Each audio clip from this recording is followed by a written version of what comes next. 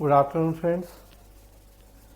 आज हम बात करेंगे थर्ड मिन्नोब्रुक कॉन्फ्रेंस या तृतीय मिन्नोब्रुक सम्मेलन, और फिर उसके बाद एक टॉपिक और होगा राज्य बनाम बाजार चर्चा या स्टेट वर्सेस मार्केट डिबेट। तो इन दो टॉपिक पे आज बात होगी। पहले तृतीय मिन्नोब्रुक सम्मेलन, थर्ड मिन्नोब्रुक कॉन्फ्रेंस। स्क्रीन पे आप देख रहे हैं तृतीय मिन्नोब्रुक सम्मेलन 2008 में आयोजित हुआ है, और जैसा कि हम जानते हैं कि इसके पहले दो मिन्नोब्रुक सम्मेलन और हुए हैं। 1968 में फर्स्ट मिन्नोब्रुक कॉन्फ्रेंस हुई थी, 20 साल बाद 88 में सेकेंड मिन्नोब्रुक कॉन्फ्रेंस, और 2008 में तृतीय मिन्नोब्रुक सम्मेलन का आयोजन किया गया। जब प्रथम मिन्नोब्रुक सम्मेलन हुआ तब कोई ऐसी फ्यूचर प्लानिंग नहीं थी हमारी कि हर 20 साल में हम मिलेंगे और ये सम्मेलन होंगे। ये तो समय और परिस्थितियों के अकॉर्डिंग फिर इस तरह की एक परंपरा, एक व्यवस्था विकसित हो गई कि हर 20 साल में अब एक ये सम्मेलन होता है। इस हिसाब से देखें तो चौथा मिन्नोब्रुक सम्मेलन संभावित है 2028 में। अमेरिका में एक यूनिवर्सिटी है, सायरा क्रूज यूनिवर्सिटी, उसका कॉन्फ्रेंस सेंटर है मिन्नोब्रुक कॉन्फ्रेंस सेंटर। वहां पूरी दुनिया के लोक प्रशासन के बड़े बड़े विद्वान इकट्ठे होते हैं, साथ में कुछ प्रसिद्ध लोक प्रशासक भी पार्टिसिपेंट के तौर पर शामिल होते हैं। 20 साल में दुनिया में जो भी चेंज हुए हैं, उन चेंज ने पब्लिक एडमिनिस्ट्रेशन के नेचर, इसके स्कोप को किस तरीके से प्रभावित किया है, उस पर चर्चा होती है। दूसरे शब्दों में कहें तो समय और परिस्थिति के अकॉर्डिंग लोक प्रशासन को अप टू डेट करना, उसमें जरूरी सुधार और परिवर्तन करना, ये मूल उद्देश्य होता है मिन्नोब्रुक सम्मेलनों का। वो फर्स्ट का भी वही था, सेकेंड का भी वही था, और थर्ड का भी वही था। 20 साल में जब दुनिया बदलती है, स्वाभाविक सी बात है, बहुत सारे नए नए रिसर्च स्कॉलर, नए नए विद्वान जुड़ते हैं। तो स्पेशली हम उनको आमंत्रित करते हैं, पुराने भी होते हैं कि ताकि हमें उनके एक्सपीरियंस का भी बेनिफिट मिले, लेकिन स्पेशली फोकस होता है जो इस 20 साल में नई महत्वपूर्ण रिसर्च हुई हैं, उनके रिसर्च स्कॉलर को बुलाना, उनके रिसर्च पेपर वो पब्लिश करते हैं, पढ़ते हैं। तो उसके अकॉर्डिंग फिर हम ये देखते हैं कि अब हमें लोक प्रशासन में क्या जरूरी सुधार करने हैं ताकि ये अप टू डेट हो जाए और प्रासंगिकता या अस्तित्व के संकट जैसी समस्याओं का सामना नहीं करना पड़े। पीछे जब तक इस तरह की अप्रोच हमने डेवलप नहीं की थी कि समय के साथ बदलना, तो कई बार हमने देखा कि हमारे विषय को अस्तित्व के संकट या प्रासंगिकता पे प्रश्न चिन्ह जैसी समस्याओं का सामना करना पड़ा। लेकिन जब आफ्टर सेकेंड वर्ल्ड वॉर, द्वितीय विश्व युद्ध के बाद जब इकोलॉजिकल अप्रोच या पारिस्थितिक दृष्टिकोण की संकल्पना आई, जिसने बताया कि प्रशासन अपनी परिस्थितियों से न केवल बड़ी मात्रा में प्रभावित होता है बल्कि उन्हें प्रभावित करता भी है, उसके बाद से फिर हमारे विषय के विद्वानों, जानकारों में इस सोच का विकास हुआ कि हमें भी प्रशासन को समय और परिस्थिति के अकॉर्डिंग बदलते रहना जरूरी है।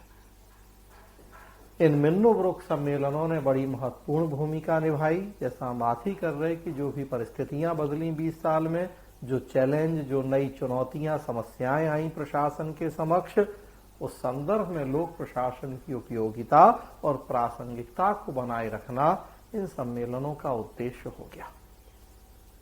पहला सम्मेलन 1968 में हुआ, दूसरा 1988 में, और तीसरा 2008 में। पहले और दूसरे सम्मेलनों की ऑलरेडी हम चर्चा कर चुके हैं यहां हम बात कर रहे हैं तृतीय मिन्नोब्रुक सम्मेलन। तृतीय मिन्नोब्रुक सम्मेलन की अध्यक्षता आप देखेंगे रोजमेरी ओलियरी नामक विद्वान ने उन्होंने की। प्रोफेसर हैं कंसास यूनिवर्सिटी, समय 1955 से अभी तक। तो जैसा हम बात ही कर रहे हैं कि कंपैरेटिवली हम नए विद्वान यंग स्कॉलर तो 55 से 2008 देखें तो 52 साल की एज लगभग। तो सीनियर कम से कम 50 प्लस के हैं तो अध्यक्ष वो हैं, लेकिन आप रिसर्च स्कॉलर देखेंगे 35, 40, 38। प्रयास होता है कि इस तरह के यंग स्कॉलर्स को बुलाएं ताकि उनकी व्यूज, उनकी रिसर्च के बारे में जान सकें। और ये भी 50-52 कोई बहुत ज्यादा एज नहीं है जो कि चेयर कर रहे हैं उस कॉन्फ्रेंस को। तो इनकी अध्यक्षता में सम्मेलन हुआ। 2008 का आप आयोजन का संदर्भ या परिस्थितियां देखेंगे। जब ये सम्मेलन आयोजित हुआ कुछ पॉइंट लिखे हुए हैं। अमेरिका, राष्ट्रपति थे जॉर्ज डब्ल्यू बुश, और स्वाभाविक सी बात है कि अमेरिका के ज्यादातर राष्ट्रपतियों का कार्यकाल किसी न किसी वजह से विवादास्पद रहता ही है। बिल क्लिंटन तो वो नैतिकता हो वो या कोई कभी अफगानिस्तान मामला, बुश तो एक अफगानिस्तान इशू आज देखिए हम देख रहे हैं कि बहुत ज्यादा विवादित, शुरुआत सब उन्हीं के समय हुई बुश के टाइम। वैश्विक आर्थिक मंदी उन्हीं के समय हुई, 2007-8 में जो वैश्विक आर्थिक मंदी हुई। उसके अलावा देखें 9/11 आतंकी घटना उन्हीं के समय में हुई। वैश्विक आतंकवाद पूरी दुनिया में जो फैला तो बहुत सारी ऐसी उस समय की आप घटनाएं देखें, इराक, अफगानिस्तान में युद्ध की परिस्थितियां, आए दिन के तूफान, प्राकृतिक आपदाएं। उस समय हरिकेन, कैटरीना, इस तरह की प्राकृतिक आपदाएं आ रही थी। ई गवर्नेंस है, इंटरनेट है, इनका प्रयोग बढ़ रहा है, साइबर क्राइम बढ़ रहे हैं। लगभग 20-25 साल हो गए हैं एलपीजी की नीतियों को लागू हुए, तो उनके हमें प्रभाव, उनके इम्पैक्ट दिख रहे हैं, दुष्प्रभाव भी दिख रहे हैं। और प्लस आप देखेंगे जब ये सम्मेलन हुआ है 3 से 7 सितंबर 2008, वो दौर चल रहा है वैश्विक आर्थिक मंदी का।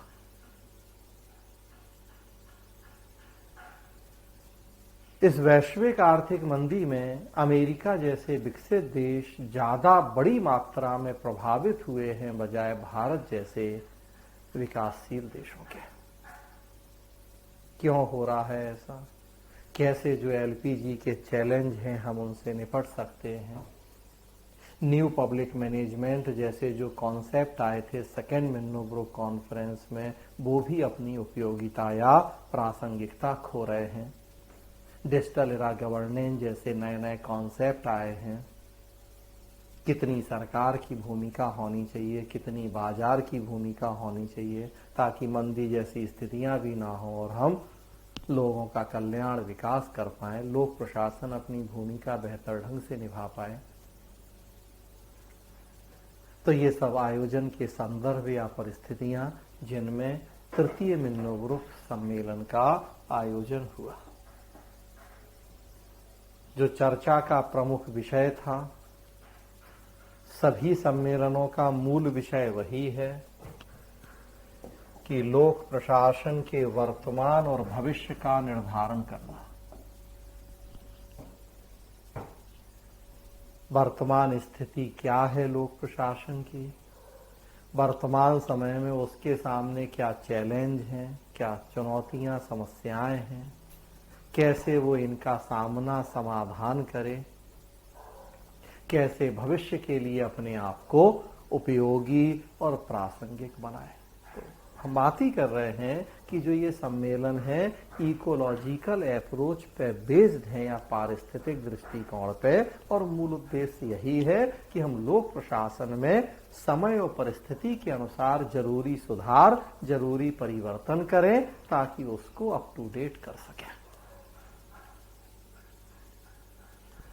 तो लोक प्रशासन का भविष्य, नवीन लोक प्रबंधन की जो उपयोगिता पे प्रश्न चिन्ह लग रहे हैं, वापस सरकार की भूमिका बढ़ाने की बात की जा रही है, लोक सेवाओं की भूमिका बढ़ाने की बात की जा रही है। तो यही सारे इशू है। चर्चा का प्रमुख विषय यही है कि क्या लोक प्रशासन का वर्तमान भविष्य, नवीन लोक प्रबंधन जैसे कॉन्सेप्ट सब कितने उपयोगी हैं, नहीं हैं, लोक सेवाओं की क्या भूमिका है, कितनी भूमिका होनी चाहिए भविष्य में। तो ये मुख्य उद्देश्य प्रथम मिन्नोब्रुक सम्मेलन के 40 वर्ष पश्चात उभरी समस्याओं का विश्लेषण।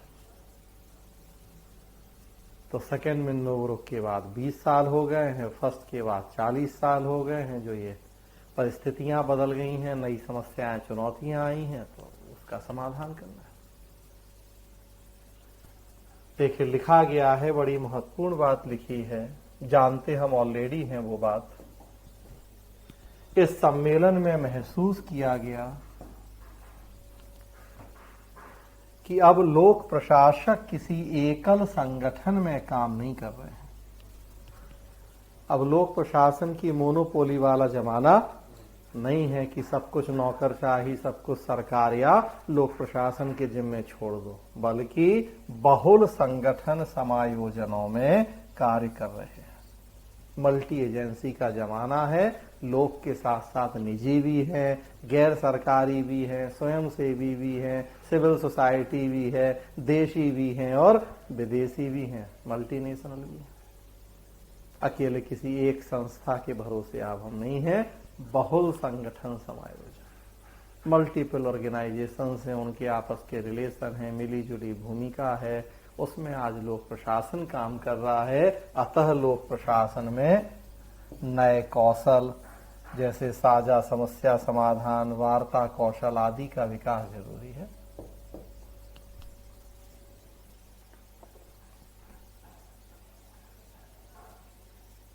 हम बात कर रहे थे कि आप जिले के कलेक्टर हैं,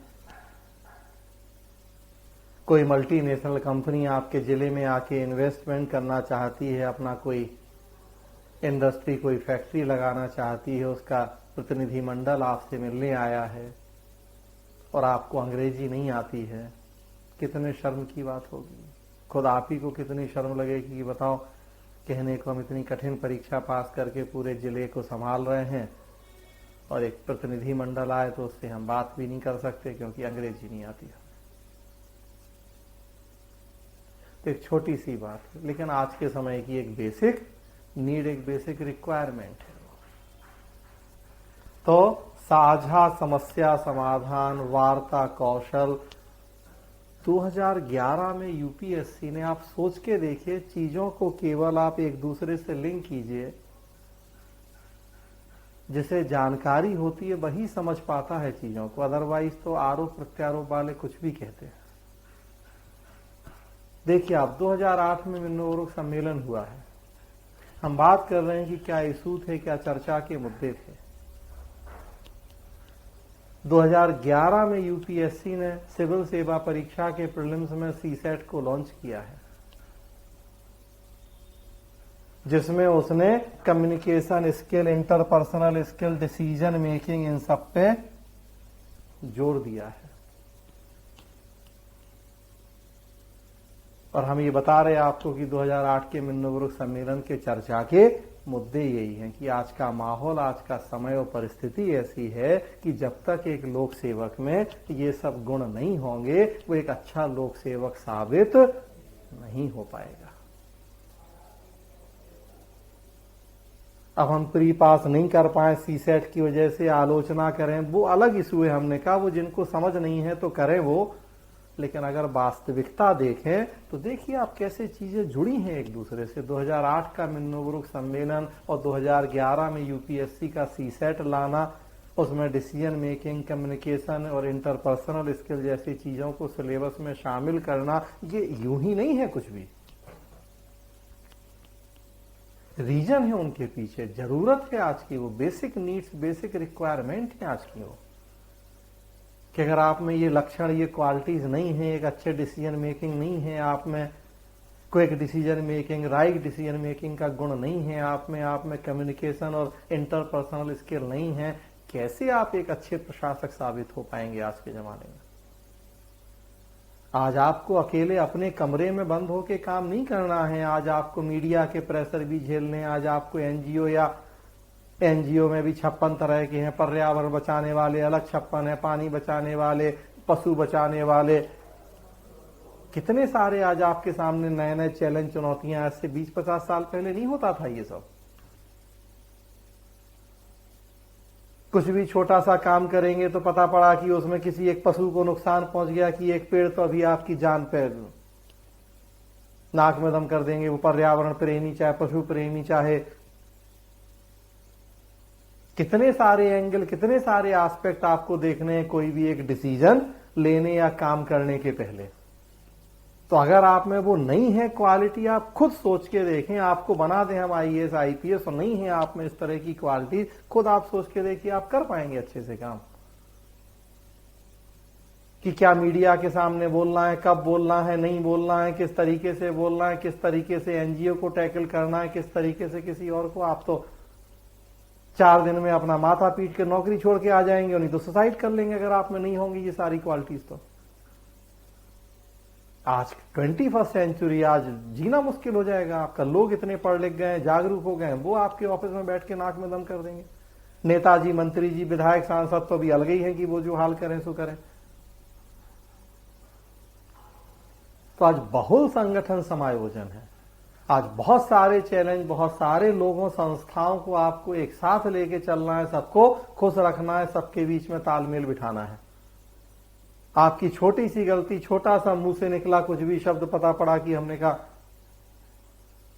मीडिया से लेके सब इतना सोशल मीडिया का जमाना है, कोई 2 शब्द ऐसे बोल दिए, पता पड़ा वो इतना सोशल मीडिया पे, ट्विटर या कहीं जो है हो गया कि सीधा नौकरी पे बना है वाली स्थिति। तो जरूरत है इन सब चीजों की। आज 3rd मिन्नो सम्मेलन के चर्चा के मुद्दे थे वो। उसी को ध्यान में रखते हुए यूपीएससी ने सिलेबस चेंज किया, सिविल सेवा परीक्षा का जोर दिया इन चीजों पे, इंग्लिश पे जोर दे रहा है। इसीलिए जोर दिया जा रहा है आजकल की एक बेसिक नीड, एक बेसिक रिक्वायरमेंट है।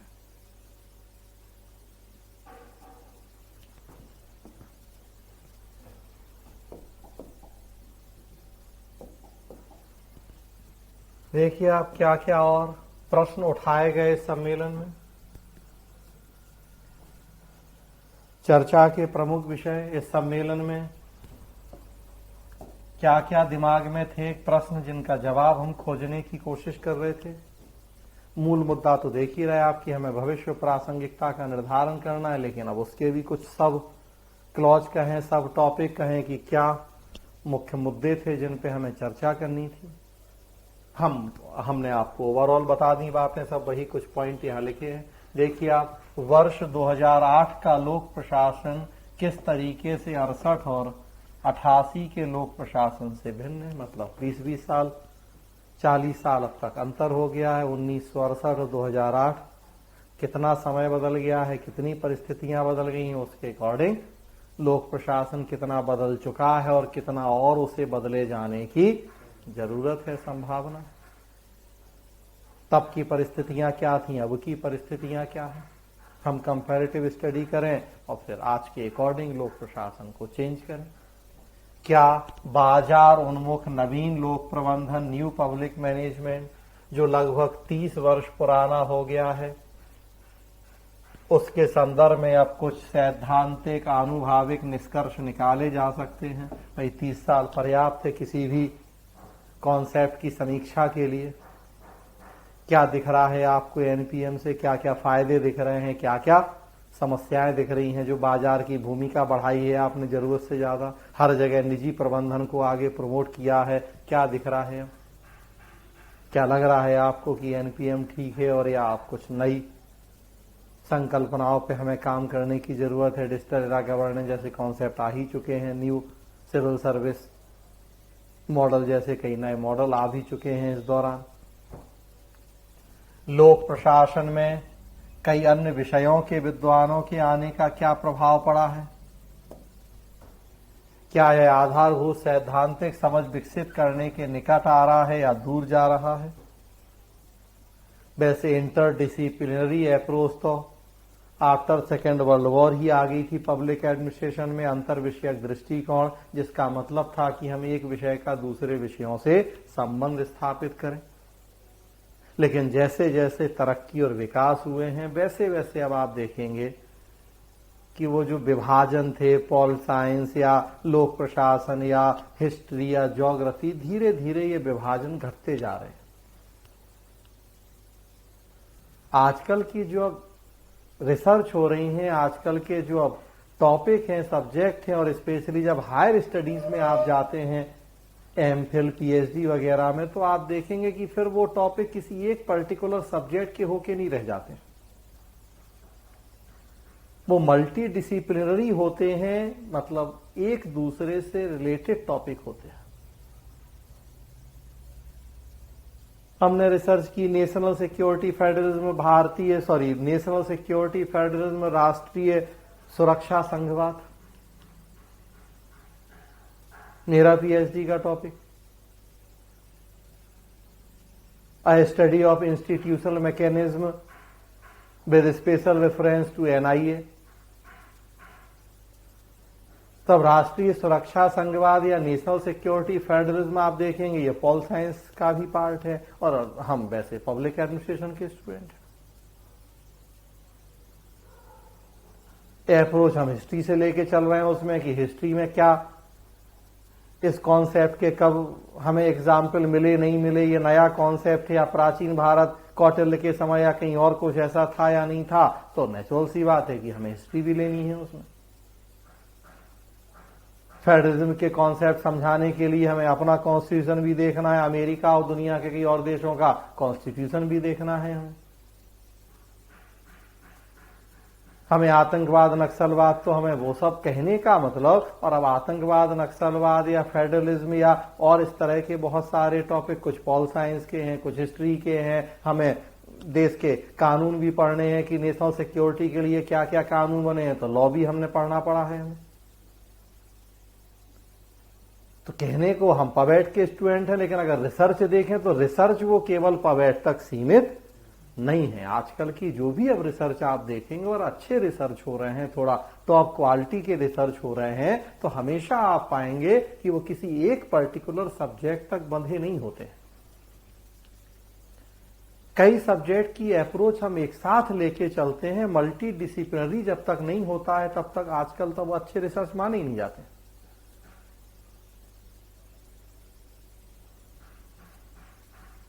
तो वही बात यहां कि लोक प्रशासन में अब दूसरे विषयों के विद्वान आ रहे हैं, लोक प्रशासन के विद्वान दूसरे विषयों में जा रहे हैं, जो आना जाना एक दूसरे से, उससे लोक प्रशासन ने क्या सीखा है, क्या प्रभाव पड़े हैं, इसकी सोच, इसके दायरे कितने व्यापक हुए हैं और क्या कर सकते हैं हम। उसके अलावा देखिए तो लोकतंत्र और नौकरशाही के मध्य एक जो कंट्राडिक्शन है, परंपरागत अंतर्निहित द्वंद्व है, उसको समाप्त करने में कुछ प्रगति हो पाई है, नहीं हो पाई है। लोकतंत्र कहता है सबकी भागीदारी, और नौकरशाही है कि कुछ मुट्ठी भर लोग ही सत्ता पे कब्जा करके बैठ जाएं। तो दोनों के नेचर में एकदम बिल्कुल विरोधाभास देखने को मिलता है।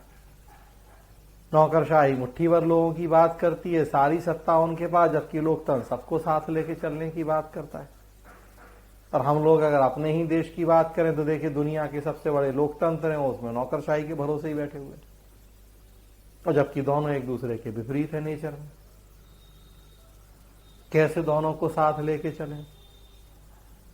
वही कि उनके जो द्वंद्व हैं, संबंध हैं, क्या है स्थिति उनकी। नेटवर्क प्रशासन, सहभागिता उन्मुख लोक प्रशासन किस प्रकार कार्य कर रहा है।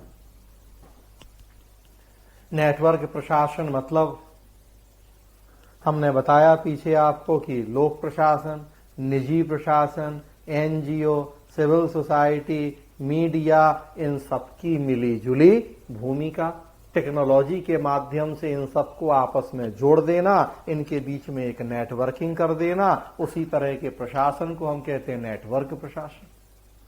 दूसरे शब्दों में जो हम देख रहे हैं कि एकल संगठन नहीं बल्कि बहुल संगठन समायोजन, मल्टी एजेंसी, और बस टेक्नोलॉजी से उनको जोड़ दो, एक दूसरे से लिंक कर दो, तो वो नेटवर्क गवर्नेंस कहलाती है।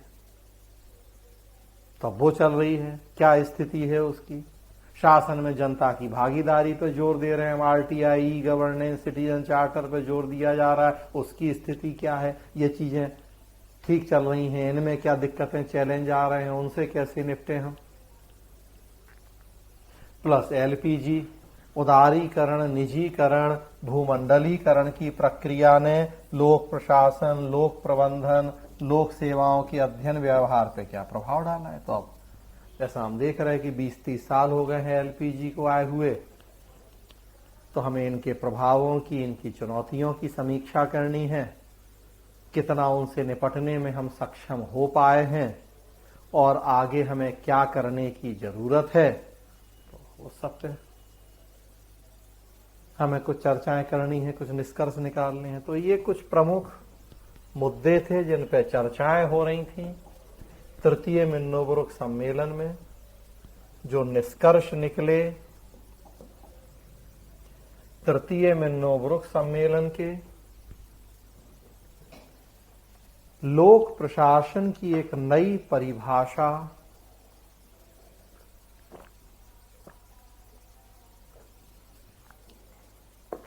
जो कि ऑलरेडी हम जानते हैं और बात कर चुके हैं, उसको यहां स्वीकृति मिली।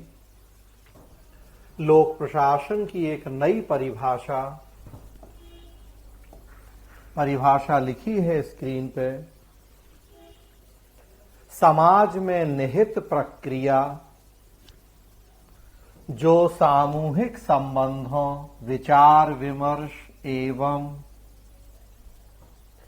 क्रियाओं से युक्त है, ताकि सभी के लिए मानवीय समृद्धि को बढ़ाया जा सके।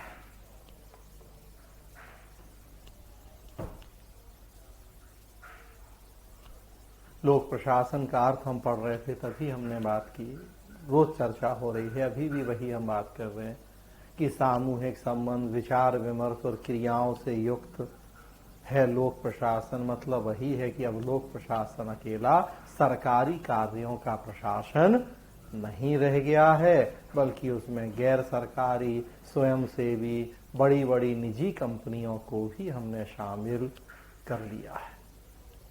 जब तक ये मिलजुल के काम नहीं करेंगे, जब तक एक दूसरे के साथ कंधे से कंधा मिला के नहीं चलेंगे, आज किसी एक संस्था के भरोसे हम अपने कल्याण और विकास को सुनिश्चित नहीं कर सकते। सबको सक्षम और दक्ष होना पड़ेगा, सबको एक साथ आगे बढ़ना पड़ेगा। गुड गवर्नेंस का नया मॉडल वही कह रहा है कि दक्ष बाजार चाहिए है हमें, लेकिन शक्तिशाली राज्य की भी उतनी ही जरूरत है। डिजिटल एरा गवर्नेंस वही बात कर रही है, और यहाँ तृतीय मिन्नोब्रुक ने भी उसी को स्वीकृति दी कि अब लोक प्रशासन मतलब केवल सरकारी कार्यों का प्रशासन नहीं, बल्कि लोक प्रशासन समाज में निहित एक ऐसी प्रक्रिया है जो सामूहिक संबंधों, विचार विमर्श एवं क्रियाओं से युक्त है। और ये सामूहिक संबंध, अगर हम इस बात को आगे बढ़ाएं या समझें, तो ये सामूहिक संबंध किस किस के बीच में है? तो लोक प्रशासन प्लस निजी प्रशासन, उसमें देशी भी, उसमें विदेशी भी, plus NGO, plus civil society, plus media, plus आम जनता, ये सबके सामूहिक संबंध, सबके मिले जुले प्रयास। आज आप देखिए हमारे प्रधानमंत्री जी कोरोना की वैक्सीन तो बार बार अपील कर रहे हैं, जाके इटली जा रहे हैं, वहां पोप से मिल रहे हैं, हमारे देश में कह रहे हैं कि धर्म गुरु आगे आए, वो अपने अपने धर्म के लोगों को प्रोत्साहित करें कि वो टीका लगवाएं। मतलब क्या? यही तो कि अकेले सरकार के बस का सब कुछ नहीं है। अगर धार्मिक आपत्तियां हैं कि हम मुस्लिम हैं नहीं लगवाएंगे टीका, या ईसाई हैं नहीं लगवाएंगे टीका, या कोई कहे कि बीजेपी का टीका है, कोई कहे हिंदुओं का टीका है, कोई कुछ और, तो अकेले सरकार के बस का नहीं है ये कि सरकार एक एक धर्म वाले को समझाए कि एक एक व्यक्ति। सरकार तो कर ही रही है अपनी तरफ से प्रयास, लेकिन जब तक बाकी सब भी आगे नहीं आएंगे, सरकार को सहयोग नहीं करेंगे, तब तक संभव नहीं हो पाएगा। तो धर्मगुरु भी आगे आए, भैया हर शुक्रवार को नमाज हो रही है या हर संडे को ईसाइयों के प्रार्थनाएं हो रही हैं या उसी तरह से हिंदुओं के तीज त्योहार हैं, तो भाई मंदिर मस्जिद जो लोग आ रहे हैं आप उन्हें बताइए, सिखाइए, जागरूक कीजिए। और आजकल तो बड़े नए नए तरीके आप देखिए, न्यूज़पेपर पढ़िए अपने से भी कि बहुत अच्छे बड़े बड़े तरीके इंदौर में 30 नवंबर के बाद दुकानदार कह रहे हैं कि दोनों वैक्सीन नहीं लगवाई होंगी हम दूध नहीं देंगे, किराना वाला कह रहा हम किराने का सामान नहीं देंगे, सब्जी वाला कह रहा हम सब्जी नहीं देंगे, दूध वाला कह रहा हम दूध नहीं देंगे। ऐसे घरों में ऐसे लोगों को जिनकी दोनों डोज नहीं लगी होंगी। ट्रेन का टिकट ना बनने दिया जाए, भाई कंपलसरी कर दिया जाए कि दोनों डोज का पहले उसमें साइट पे वैक्सीन सर्टिफिकेट अपलोड करो तो ट्रेन में बैठने देंगे। बनवा लिया टिकट, हम स्टेशन पे नहीं घुसने देंगे दोनों डोज का सर्टिफिकेट नहीं होगा तो। या ऐसे और बहुत सारे तरीके हैं, भाई मंदिर में नहीं घुसने देंगे, मस्जिद में नमाज के लिए नहीं घुसने देंगे हम दोनों डोज के सर्टिफिकेट लेके नहीं आओगे तो। अभी देखिए महीने भर में हम अपना लक्ष्य पा लेंगे, लेकिन इसके लिए सबको आगे आना पड़ेगा, सहयोग करना पड़ेगा सरकार का, वही सामूहिक संबंध होंगे। तकनीक है चूंकि आजकल तो हमें इन सबको जोड़ना आसान है, नेटवर्किंग करना, और ऐसा कर देंगे तो देखिए हो जाएगा काम। नहीं तो अकेली सरकार को हम दोष देते रहें, जब तक कम लगे वैक्सीन नहीं लगे तो अभी सरकार दोषी, अब लोग लगवाने ही नहीं आ रहे दोषी तब भी सरकार कोई, तो वो तो फिर अब मानव स्वभाव है, सो करते रहे आरोप प्रत्यारोप, तो अलग बात है। तो ये नई परिभाषा लोक प्रशासन की आई, नाम दे दिया गया उसे नैनो पब्लिक एडमिनिस्ट्रेशन, सूक्ष्म लोक प्रशासन। नैनो मतलब वही है कि केवल सरकार नहीं बल्कि समाज से जुड़ी जितनी संस्थाएं हैं सबकी भूमिका, सबकी भागीदारी। तो नैनो पब्लिक एडमिनिस्ट्रेशन या सूक्ष्म या लघु जो भी कहें, उसकी शुरुआत यहां से मान लिया। जो निष्कर्ष थे सम्मेलन के, 3 विद्वानों ने एक किताब लिखी, नाम यहां लिखा है द बेस्ट ऑफ मिन्नो-बुरुक थर्ड। 3 विद्वान, एक तो रोजमेरी ओलियरी, उसके अलावा देखें डेविड बेंसलाइक, सून ही किम। इन 3 लोगों ने किताब लिखी जिसमें थर्ड मिन्नो-बुरुक सम्मेलन के चर्चा के मुद्दे निष्कर्ष थे। और वहीं से फिर ये जो नैनो पब्लिक एडमिनिस्ट्रेशन है, जिसमें लोक प्रशासन की एक नई परिभाषा देख रहे हैं, हमने शुरुआत मान ली उसकी। और ये जो काम है कि सरकार के अलावा गैर सरकारी या बाकी सबकी भूमिका, तो ये व्यवहार में तो पहले से ही देखे शुरू हो चुका है। हाँ, एक थ्योरी के लेवल पे हमने अब मान्यता दे दी है उसे। अदरवाइज तो जब एलपीजी की नीतियां आई हैं 80s 90s में, उसके बाद ही देखिए हमने सरकार की भूमिका कम की है और गैर सरकारी की भूमिका बढ़ाई है। तो व्यवहार में तो ये काम शुरू हो चुका था पहले। थ्योरी के लेवल पे थर्ड मिन्नो-बुरुक सम्मेलन ने मोहर लगा दी कि अब लोक प्रशासन केवल सरकारी कार्यों तक सीमित नहीं होगा। तो ये तृतीय मिन्नो-बुरुक सम्मेलन था।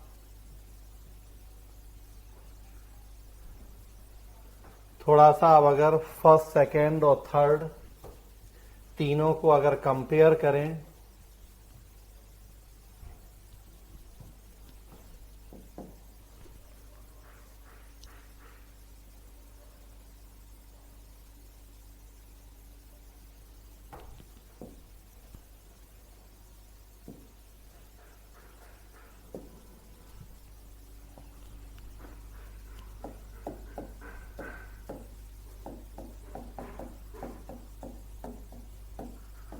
प्रथम मिन्नो-बुरुक 1968,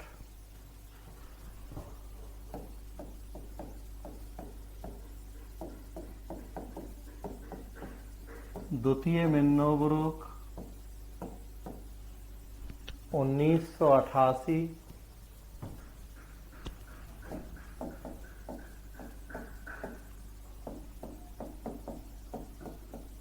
और तृतीय मिन्नो ग्रुप 2008। अगर तीनों को कंपेयर करें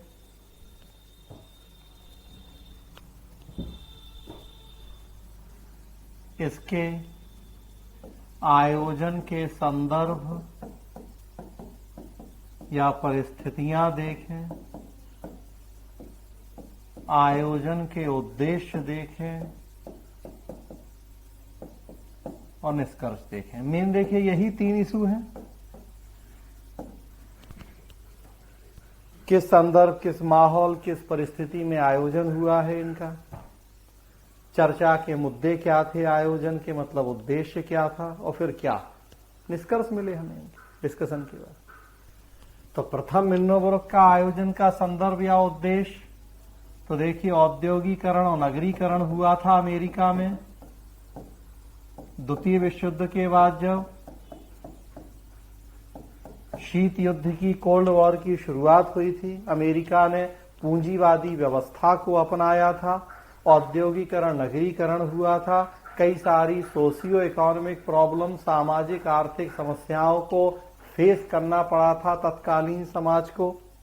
गरीबी, बेरोजगारी, असमानता जैसी समस्याएं बढ़ी थीं और जो वुडरो विल्सन वाला परंपरागत लोक प्रशासन था वो उन समस्याओं के समाधान में सफल नहीं हो पाया था। अस्तित्व का संकट ऑलरेडी चल रहा था लोक प्रशासन विषय के लिए। खुद अपने जन्मदाता देश में अब लोक प्रशासन की प्रासंगिकता संदिग्ध हो रही थी और उसी संदर्भ में हमने प्रथम मिन्नो ग्रुप सम्मेलन का आयोजन किया था। उद्देश्य सबके वही रहे हैं 2। एक तो लोक प्रशासन की प्रासंगिकता को सुनिश्चित करें हम, मतलब समय और परिस्थिति के अकॉर्डिंग अप टू डेट करें लोक प्रशासन को, और दूसरा कुछ जो यंग स्कॉलर्स या युवा विचारक हैं उनके विचारों को जाना है।